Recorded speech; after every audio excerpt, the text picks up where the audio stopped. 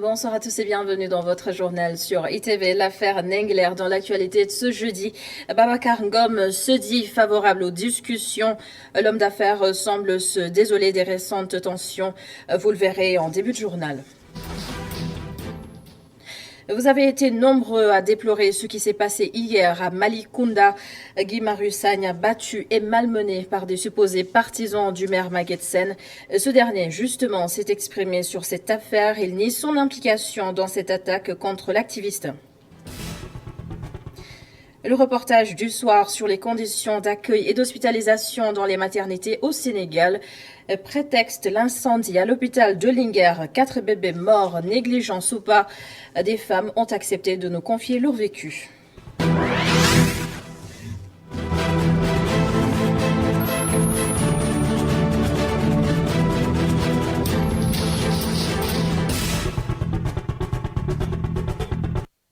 C'est un calme précaire qui règne actuellement à Nengler en attendant l'issue des discussions entre les deux camps opposés. L'homme d'affaires Babacar Ngom se dit d'ailleurs favorable à ce dialogue avec les habitants de Nengler et nous allons tout de suite le suivre.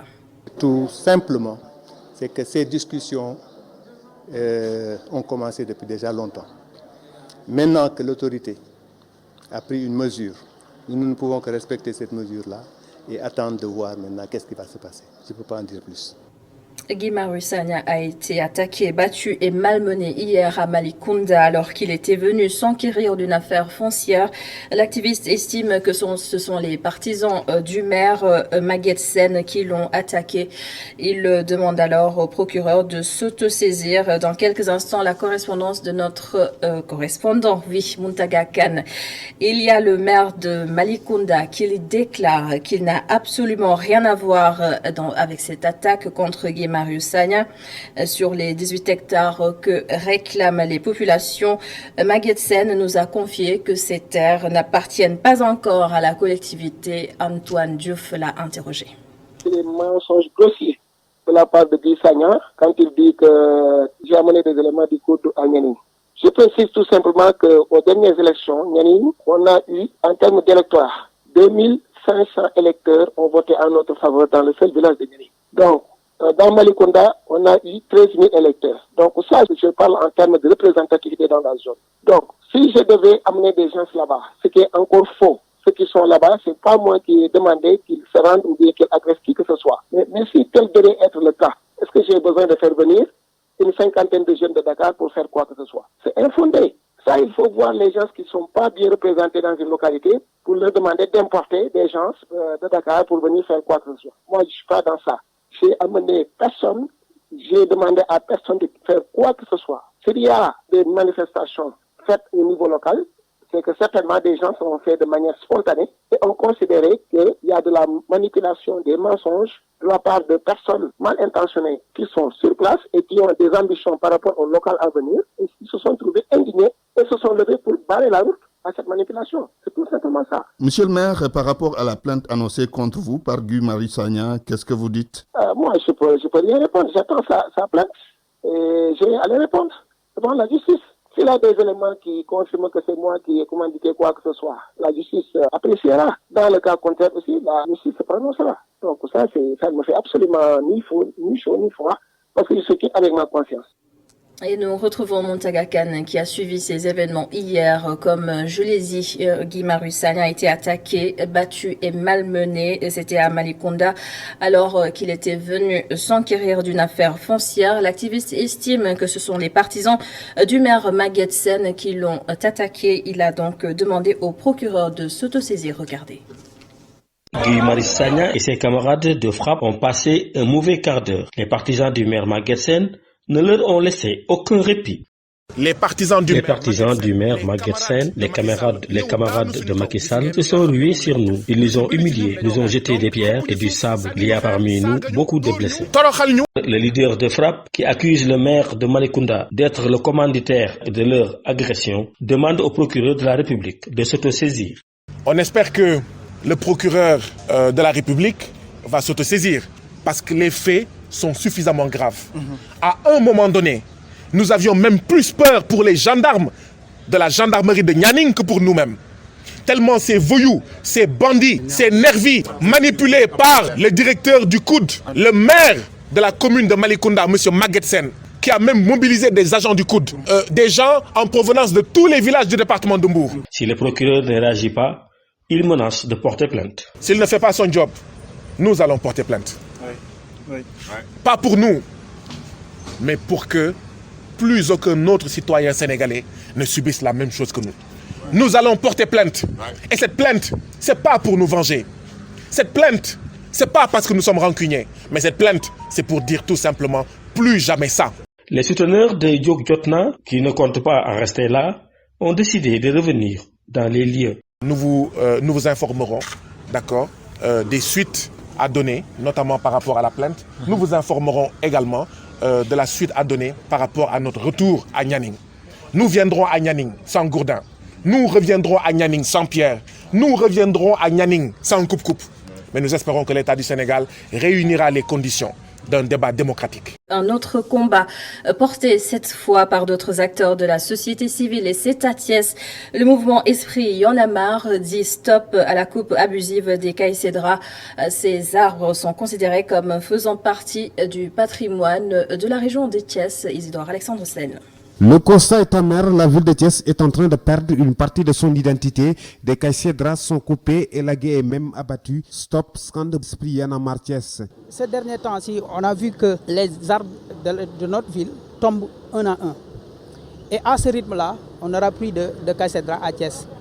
Et qui parle de cailles cédras, c'est que c'est un patrimoine. Combien de cailles cédras ont été agressés? Difficile de le dire, mais la situation reste préoccupante. Cela fait partie de nos projets, n'est-ce pas, de recenser et exhaustivement tous les arbres qui sont à Thiès, les cailles cédras en général, n'est-ce pas, et de procéder à leur nomination.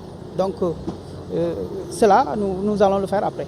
Arrêter les autorisations de coupe ou d'abattage de ces arbres, une prise de conscience s'impose également. Il faut que les permis d'abattage arrêtent. Il faut que les gens arrêtent de couper les arbres.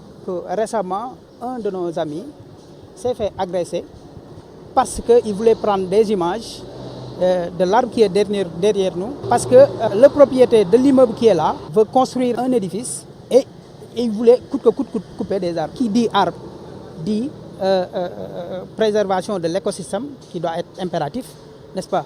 Parce que les arbres font partie de notre vie. Esprit Y'en a marre et son partenaire de lutte One Africa entendent mener une campagne de sensibilisation et de remplacement des cailles cédras pour restaurer un symbole pour la capitale du rail.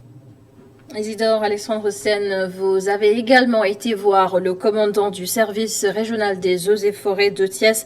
Daouda Ndiogo a déclaré que ces arbres abattus représentaient une menace sur les populations du fait de leur âge. On l'écoute. En 2021, nous avons recensé 99 demandes de haya. Nous avons donné une suite positive pour l'élagage et l'abattage de 22 haya. Donc soit un taux de 22%. Aujourd'hui, les khayas sénégalais menacent ruine. Donc ces khayas peuvent tomber à tout moment. Donc il est opportun de trouver une solution par rapport à ça. Par exemple, en 2019, un drame s'est survenu à Thiès. Donc une femme a perdu la vie suite à une chute d'un khaya déraciné. Pour effectivement faire face à ça, les populations ont pris les dispositions nécessaires, les précautions en faisant des demandes d'élagage et d'abattage. Chaque autorisation provient de la mairie. Nous venons sur le terrain pour faire un constat, comme je l'ai dit tantôt, pour voir la véracité du motif. Est-ce que réellement le motif c'est pour un danger public? Si c'est pour un danger public, on sera obligé d'autoriser. Je pense que mieux vaut abattre, élaguer les khayas que de laisser les khayas s'abattre sur les individus. On a un devoir, nous aussi, c'est un sacerdoce pour nous, services forestiers, de protéger l'être humain. Donc, quand on parle de la biodiversité, l'être humain occupe un pan important de la biodiversité. Et on a un devoir, un sacerdoce de protéger la biodiversité. Nous parlons de tout à fait autre chose maintenant. A vécu aujourd'hui la deuxième édition du jeudi du Club des investisseurs sénégalais. Ces ténors du secteur privé national souhaitent que l'État les appuie davantage pour mieux concurrencer les multinationales étrangères. Deux concepts à retenir, le protectionnisme économique et la mécanisation de l'agriculture. Mamadou Gekassé nous explique. L'industrialisation de l'économie sénégalaise, plus particulièrement de l'agriculture, est un impératif. C'est incontournable pour le développement de ce pays aux yeux de Babacar Ngom. L'agriculture et son développement peut nous valoir beaucoup de satisfaction. Vous savez, nous sommes un pays qui avons énormément de potentialités. Aujourd'hui, le Sénégal devrait être normalement un pays exportateur. Nous avons des terres arables fertiles à n'en plus finir. Nous avons de l'eau, nous avons du soleil, nous avons de la jeunesse et de la main-d'œuvre. Donc, toutes ces productions agricoles que nous sommes en train d'importer, nous aurions pu les produire ici, arriver à l'autosuffisance alimentaire. Et non seulement couvrir nos propres besoins, mais pouvoir vendre à l'export, à l'étranger, faire revenir des devises et créer de la richesse pour notre pays. C'est ça qui va faire notre développement, c'est notre conviction. Le patron des investisseurs pense que le Sénégal a accusé un retard inadmissible dans la course au développement. Un fait qui s'explique par la négligence, selon lui, à l'égard des capitaines d'industrie. Babacar Ngom, sans embâche, il faut davantage appuyer le secteur privé qui voit les entreprises étrangères faire main basse sur les grands projets de l'État. Je pense qu'on devrait pouvoir y trouver encore plus notre compte. Je parle du secteur privé sénégalais d'une manière plus générale. Le secteur privé sénégalais, et ça touche tous les domaines d'activité. Ça peut aller de l'industrie, l'agriculture, les médias, tous les secteurs. Hein. Ça peut aller aussi sur les systèmes sanitaires, ça peut aller sur le système, sur la pêche, l'artisanat, tous les secteurs. Et cela implique aussi une protection. On a souvent peur de prononcer ce mot-là, protection, mais tous ces pays qui se sont développés se sont protégés. Ils se sont protégés, ils se sont construits, ils ont accompagné le secteur privé, ils ont dégagé des moyens. La deuxième édition du jeudi du Club des investisseurs a été l'occasion pour les capitaines d'industrie et pour d'éminentes personnalités de passer au crible les nombreux maux qui retardent le développement du Sénégal. Ainsi, ils sont tous unanimes. La solution, c'est un secteur privé fort et une agriculture mécanisée. Et dans un contexte de relance économique, la compagnie aérienne Air Sénégal s'engage à vendre davantage la destination au Sénégal. Une nouvelle convention signée cette fois avec l'agence sénégalaise de la promotion touristique. Youssouf Kanté et Moussa Fall nous donnent les détails de ce partenariat.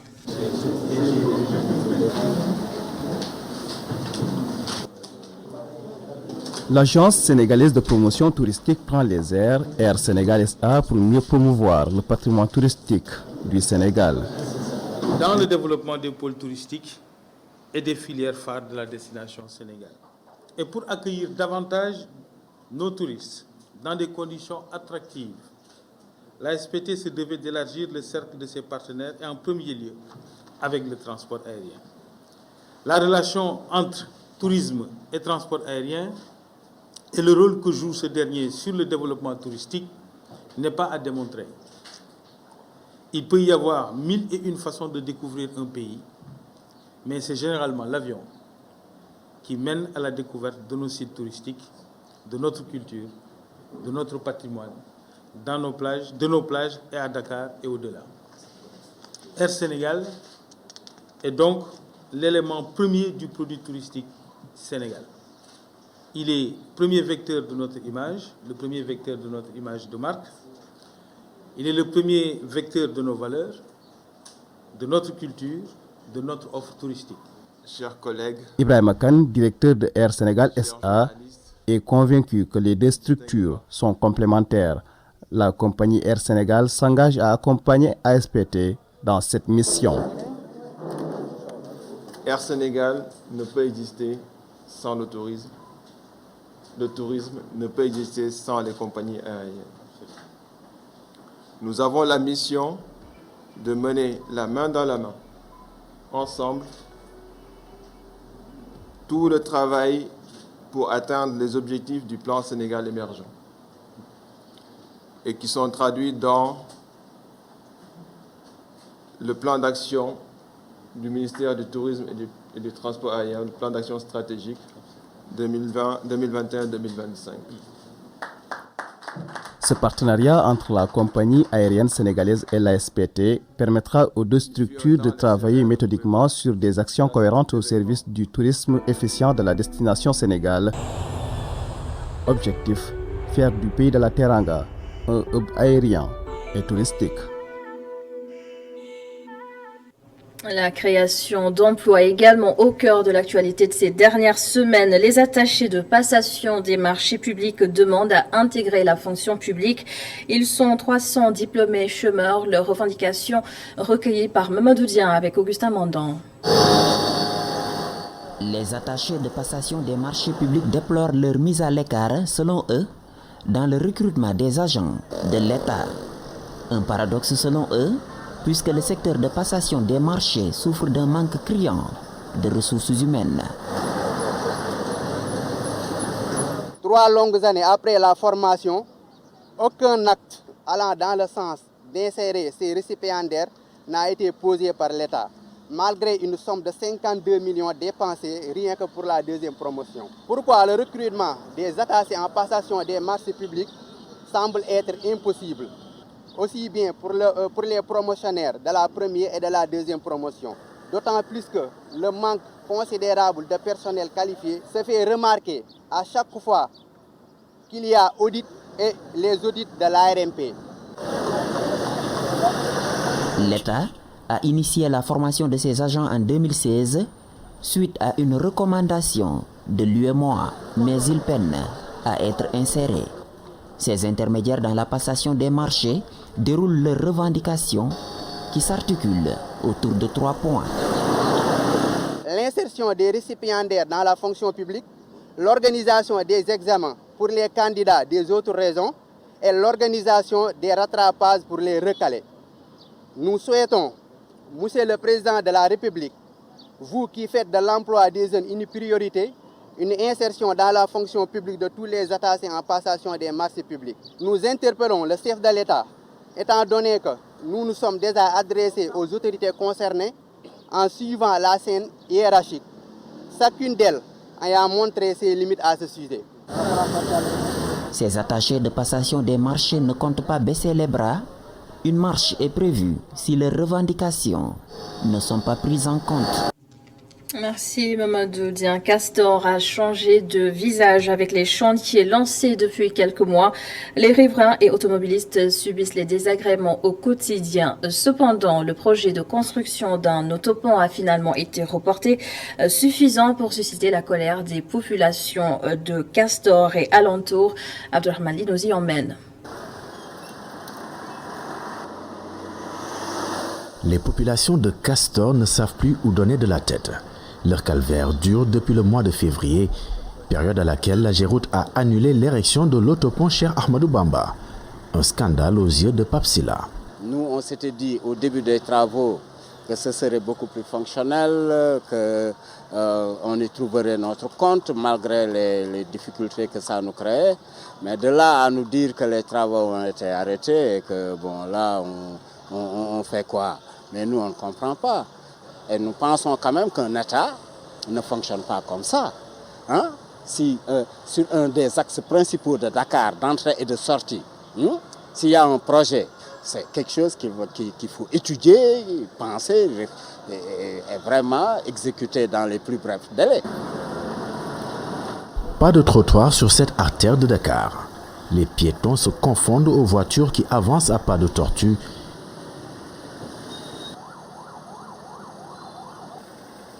Des fils électriques à ciel ouvert, un fait qui impacte le travail de Abdoulaye Diallo. Cela nous empêche de travailler. Aucune voiture ne parvient à avoir accès ici, notamment celles qui sont censées nous approvisionner quelques marchandises. Dans ce sens, vous conviendrez avec moi que nous travaillons dans des conditions difficiles. Et cela a commencé depuis le début des travaux. Impacté et entaillé, Sidi tentait de traverser les lignes de barricades pour se rendre à une banque. Il finit à l'hôpital pour au moins 1 mois. On est très fatigué, très même. Les barrières là qu'on a fait ici, regardez ce qu'il m'a fait, les barrières, en tant que diabétique. J'ai fait presque 1 mois et demi à l'hôpital. Et ce n'est pas l'argent de l'État, ni de personne. Vous voyez ce que ça fait? Et l'État ne nous a même pas dédommagés. Et on est peu nombreux ici, ce n'est pas moi seul. On avait formé une collective dont je suis le porte-parole. En attendant de connaître le site de redéploiement de l'autopont, de nouveaux canaux d'assainissement sont en cours de mise en œuvre. Deadline avant le début de la saison des pluies, nous dit le conducteur des travaux.